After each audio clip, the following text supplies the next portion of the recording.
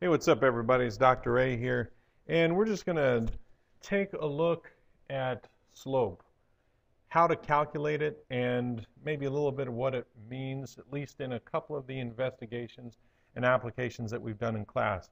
Just a quick note, remember that this is not a reflection of how it's taught. This is just a quick reminder of what we've been doing over the last few weeks. So where we started is we were looking at tables, and I was asking you guys to tell me, all right, if you give me a 1 and I tell you 5 is the output, then how would you know what that rule is? Well, you wanted more points, so we looked at, okay, what if it's 2 and 10? So we realized there that the rule was I take the x and I multiply it by 5, and that tells me what the y is. And we noticed that on these tables, one of the patterns that was happening is here I got plus 5 and here is plus 1. And we started to notice that maybe this 5 and this 5 are connected somehow. But then look at another table told us that maybe it's not just the 5. What if I had a 2 and a 1 and you wanted another point, so you gave me 4 and I told you 2, and you realize that I'm cutting the x's in half. So I take the x's, right, cut it in half, and that gave me the y's. And I realize that the y's are going up by 1, the x's are going up by 2. And so now we could kind of clearly see a little bit more that the 1 is how much the x is changing. The 2 is, the 1 is how much the y is changing. The 2 is how much the x is changing. And they're related because this number that goes in front of x every time, this coefficient, is the change in y divided by the change in x. And that mattered because if we looked at those two lines, that if I wanted to graph one of them, if I graphed 5x, that's a pretty steep line. I don't think I could ride my bike up that. I wouldn't want to ride down it either. If I graphed another one, that second one, 1/2 x, then I got something that was not as steep. So we've been exploring that a little bit. So that number, that 5.5, is connected to how steep that line is. So how do we calculate slope?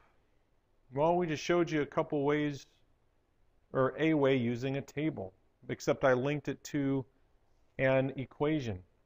And it doesn't have to be linked to an equation in order for me to find out how steep something is. For example, if I want to find the slope of the line that lies on these 2 points, if you wanted to, you could make a table, and the x's are going from 2 to 5, which is a change of 3, and the y's are going from 5 to 14, which is a change of 9. So if I use that pattern that I saw, that we've established over the last couple of weeks, I'm looking for the number that controls how steep the lines are, the slope. It's how fast the y's and the x's are changing compared to one another. So the y is changing by 9, the x's are changing by 3. 9 divided by 3 is 3. So just as you do this, think about a couple things. First of all, in this ratio, this delta y and delta x, which is growing faster, y or x? And it looks like the y's are growing by 9, the x's are only growing by 3's. And so if we were to look at a graph of something with a slope of 3, well, it's almost as steep as the line that had a slope of 5. But if I look at the line that had a slope of 5, here the y is growing faster, and in that other one, with the slope of 5, the y is growing, the y is growing here much faster than the x, 5 times as fast. Whereas in this example, the y is growing 3 times as fast as the x. So that's just a quick example of calculating slope. We can do that in this second example as well.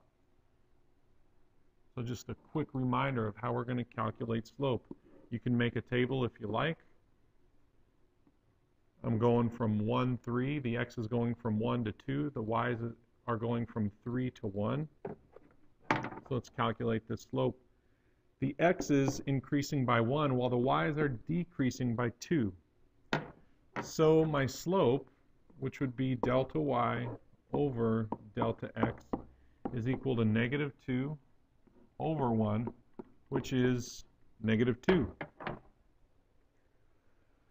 So if we were to graph something with a slope of negative 2, all right, I'll just put one of these back. What if I had a 5x, something with a slope of 5? What if I had something this time with a slope of negative 2?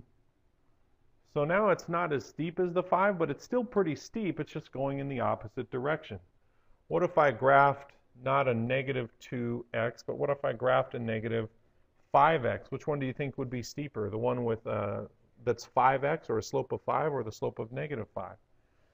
And if you can tell, it looks like they're about the same slope. They have the same slope. They're the same steepness, if that's even a word. But one of them is just going in the opposite direction of the other.